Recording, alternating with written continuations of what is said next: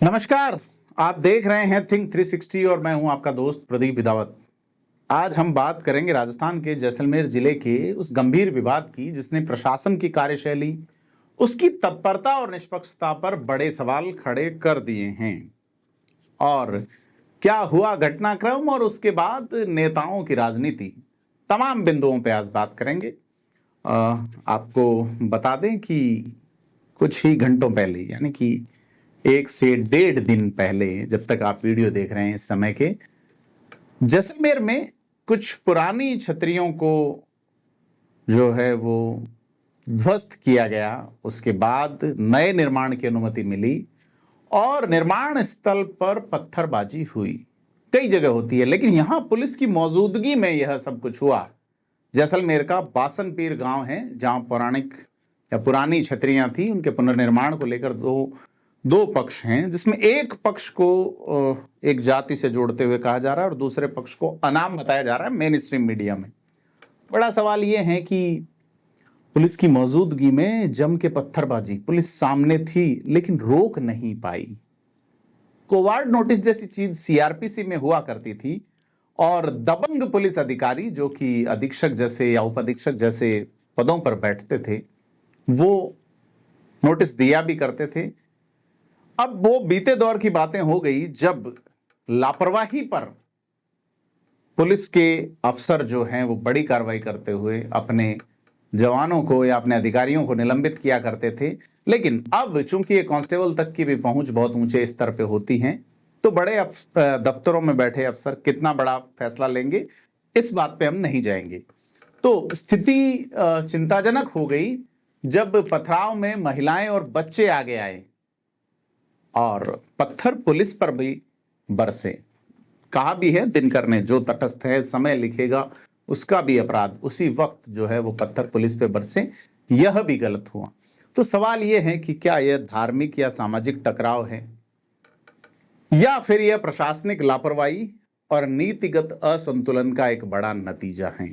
इस सब के बाद में मौके पे प्रतापपुरी जो कि विधायक हैं पड़ोसी पोखरण विधानसभा क्षेत्र के जैसलमेर जिले में, और वहां जो है यानी घटना स्थल पे वो रात भर जागरण करते रहे। इस जागरण में भाजपा की ओर आने की कोशिशों में लालायित फिलहाल निर्दलीय विधायक रविंद्र सिंह भाटी भी शामिल हुए। उन्होंने भी सोशल मीडिया पे पोस्ट डाल दिए। सोशल मीडिया पर पोस्ट बाड़मेर जैसलमेर के लोकसभा सांसद उम्मेदाराम ने भी डाल दी है। और इस विवाद में कांस्टेबल समेत 3 से 4 लोग घायल हुए हैं, कई गाड़ियों के शीशे टूटे हैं। पुलिस ने लाठीचार्ज करने की बात की, लाठीचार्ज किया गया है, लेकिन सवाल यह है कि स्थिति यहां तक पहुंची ही क्यों। तो अगर बात करें कि प्रशासनिक विफलता का आलम जो रहा उसी की बात करें, तो चूंकि यह विवादित स्थल पहले से ज्ञात था, पहले से तय था कि यह विवाद जो है चल रहा है, आज से नहीं 2019 से 6 वर्ष से इन छतरियों को लेकर विवाद चल रहा था। और निश्चित तौर पे अगर प्रशासन ये नहीं मानता कि यह संवेदनशील मामला है तो बड़ा सवाल है, और प्रशासन ये जानता था कि यह मामला संवेदनशील है तो उसे इतना लाइटली क्यों लिया गया। क्योंकि अगर यह संवेदनशील मामला था और यह निर्माण की अनुमति दे दी गई थी तो फिर सुरक्षा की कोई योजना मौके पे क्यों नहीं थी, तनाव को क्यों भड़कने दिया गया। और जब पुनर्निर्माण की स्वीकृति मिली तो क्या सुरक्षा की पहले से तैयारी नहीं होनी चाहिए थी? यह एक बड़ा सवाल जिम्मेदार अधिकारियों से पूछा जाना चाहिए। अब प्रशासनिक अमले से सवाल पूछने के लिए जनता ने विधायक और सांसद के रूप में अपने जनप्रतिनिधि चुन रखे हैं, लेकिन वो एक धार्मिक मोड या मॉडल पे फोकस करते हुए उस मॉडल को दिखा रहे हैं सोशल मीडिया की पोस्ट्स के माध्यम से। खैर, चूंकि प्रशासन को यह मालूम था कि असंतोष हैं, यानी जिनको अनुमति मिली है उन्हें संतोष है और दूसरा जो पक्ष है उसे असंतोष है, उसके बावजूद जैसा कि पहले की पुलिसिंग में होता था दोनों पक्षों को साथ बिठाने की बात, वो क्यों नहीं की गई। और जब स्थिति बिगड़ी तो जैसा मैंने कहा कि पुलिस जो है वो मूक दर्शक रही, बाद में लाठीचार्ज करती है। तो यह जो स्थिति बिगड़ने पे प्रतिक्रिया देने की जो देरी है, प्रतिक्रिया व्यक्त करने का जो समय है, उस पे बड़ा सवाल उठता है कि क्यों ही पुलिस ने जो है वो इतनी देरी की। तो जब पथराव शुरू हो गया, गाड़ियां तोड़ी जाने लगी, लेकिन उस वक्त तुरंत प्रभावी नहीं कार्रवाई की गई और उसके बाद जो देरी से कार्रवाई हुई उस पर बड़ा सवाल उठता है कि जैसलमेर का ये जो गांव है वहां पे जो शांति व्यवस्था भंग हुई है। क्योंकि अब इन सब के बाद गुरुवार की रात को विधायक जो हैं महंत प्रतापपुरी, तारा मठ के महंत हैं, उन्होंने घटनास्थल पे डेरा डाला है। शुक्रवार सुबह शिव के जो विधायक हैं रविंद्र भाटी, वो भी पहुंचे हैं। दोनों नेताओं ने वहीं जागरण किया है। ट्वीट करने में पीछे जैसलमेर के विधायक छोटू सिंह भाटी भी नहीं रहे। उम्मेदाराम बेनीवाल का कहना है कि उन्होंने प्रशासन से बात करके माहौल एकदम लकदक चकाचक कर दिया है, लेकिन माहौल प्रशासन ही सुधारता तो पहले से, क्योंकि प्रशासन और हमारे यहाँ पे जुडिशरी के 2 पॉइंट है बेसिकली। पहला, एक जुडिशियल सिस्टम होता है कि कोई भी घटनाक्रम होता है उसके बाद की न्याय व्यवस्था। दूसरा, मजिस्ट्रेट का सिस्टम होता है, जो कार्यपालक मजिस्ट्रेट होते हैं या जो लॉ एंड ऑर्डर मेंटेन करते हैं, मजिस्ट्रेट के पावर होते हैं। तो ताकि कोई घटनाक्रम हो नहीं, तो ये हो गया घटनाक्रम, तो पहले हमले की निश्चित तौर पे जवाबदेहिता बनती है। और इस जवाबदेहिता में निश्चित तौर पे ये बात कहनी होगी कि जनप्रतिनिधि अब आगे आए हैं। ऐसे में प्रशासन क्यों बैकफुट पे जा रहा है? और यह कोई पहला मौका नहीं है, क्योंकि 2019 में भी इन छतरियों को जब तोड़ा गया था तो माहौल जो है वो खराब हुआ। फिर 2021 में, आज से करीब 4 साल पहले, अगस्त माह में ही कृष्ण जन्माष्टमी पर निर्माण कार्य शुरू हुआ, लेकिन 2 दिन में ही बंद करवा दिया गया।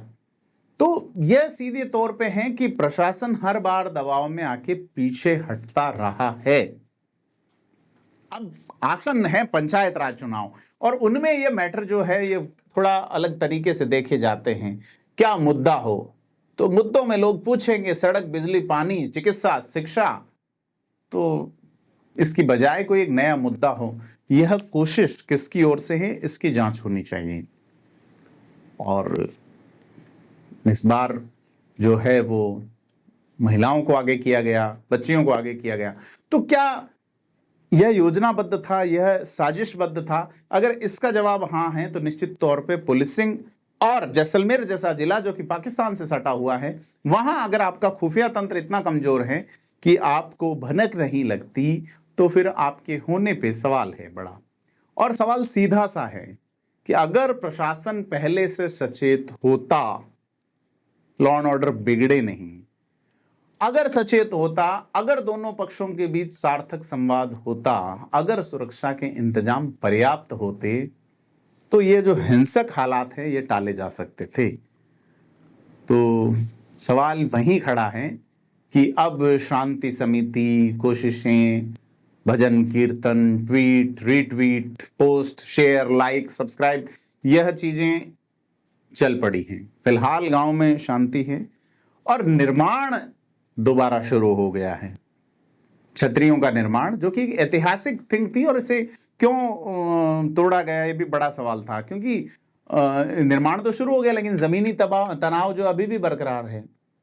लेकिन अभी भी एक काम की जरूरत है जिसमें प्रशासनिक पारदर्शिता, न्यायिक संतुलन और जन संवाद की आवश्यकता है।